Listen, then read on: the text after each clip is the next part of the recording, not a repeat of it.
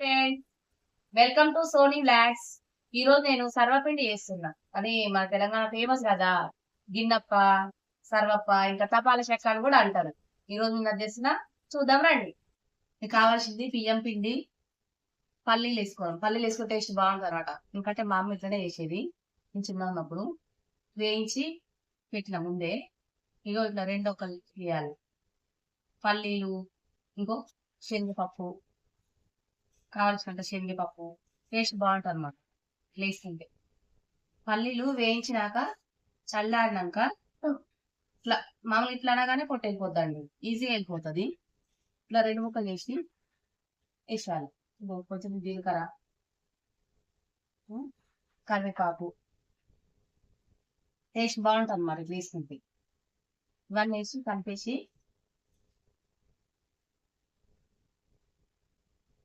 కారం టేస్ట్ సరిపోయేటది. మరి ఎక్కువ వేయకండి, ఎందుకంటే కారం ఉంటుంది కదా. అవును, అందుకని లైట్గా కారం, కారం కొంచెం లైట్ వేసుకో. సరిపోయేంత ఉప్పు వేసుకోవాలి.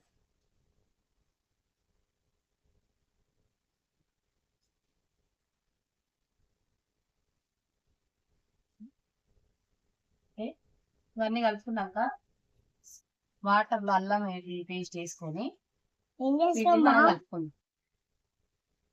మెల్లమెల్లగా వాటర్ పోసుకుంటా కలపాలి, ఎందుకంటే ఒకేసారి వాటర్ పోసినట్టుకోండి పిండి లూజ్ అవుతుంది. సర్వప వేస్తుండ్రా బాలు. ఉంటావా? పిండి తింటున్నావు చూడబోతుంటే రే వద్దురా నాయన, మోషన్స్ అయితే పిండి తినొద్దు. వద్దు, తినొద్దని చెప్పిందా?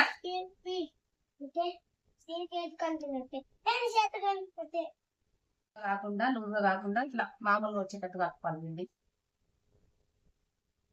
ఇట్లా కలిపిన తర్వాత పక్కన పెట్టేసుకొని ఎట్లా చేయాలో చూపిస్తాను పదండి.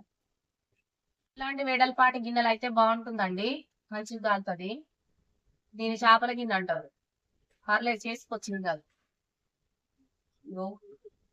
ఆయిల్ వేసి బాగా అప్లై చేయాలి మంచిగా.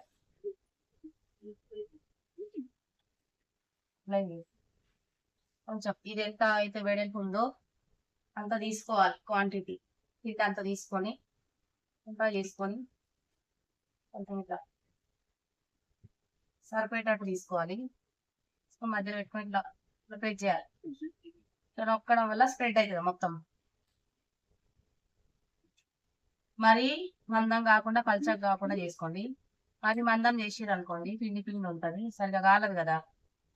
కట్టెల పొయ్యి మీద అయితే మంచిగా కాలుతాండి. ఇంకా మనం ఇప్పటి కట్టెల పొయ్యి లేలేం కదండి.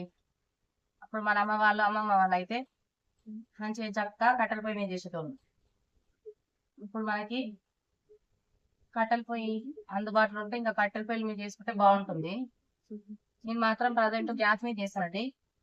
ఇంకోసారి కట్టెల పొయ్యి మీద చేసి చూపిస్తాను, బాగుంటుంది కట్టెల పొయ్యి మీద చేస్తే.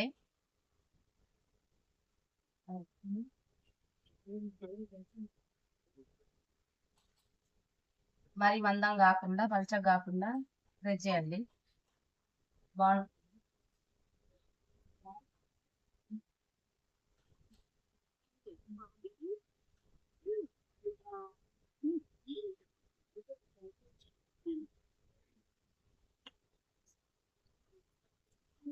చూడండి, ఇట్లా ఇట్లా చుట్టూ ఒత్తుకోవాలండి.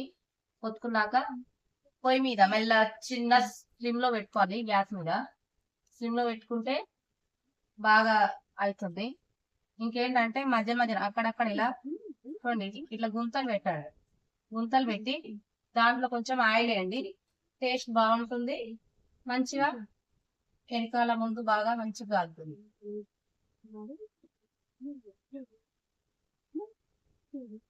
పిల్లలకైతే ఇప్పుడు వర్షాకాలం కదండి, చిక్కులు పడుతుంటే మంచిగా క్రిస్పీగా టేస్టీగా బాగుంటుంది. ఓకే, సిమ్ లో పెట్టుకోవాలండి, మరీ ఎక్కువ పెట్టకుండా మంట. ఎందుకంటే ఎక్కువ పెట్టింది అనుకోండి కాలిపోతుంది, ఎక్కువ ఇదవుతుంది.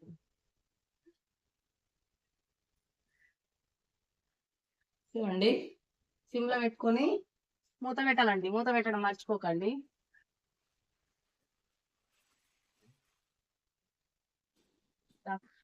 ఓకే ఫ్రెండ్స్, మన గిన్నెప్ప రెడీ అయిపోయింది. మరి టేస్ట్ చేద్దాం రండి.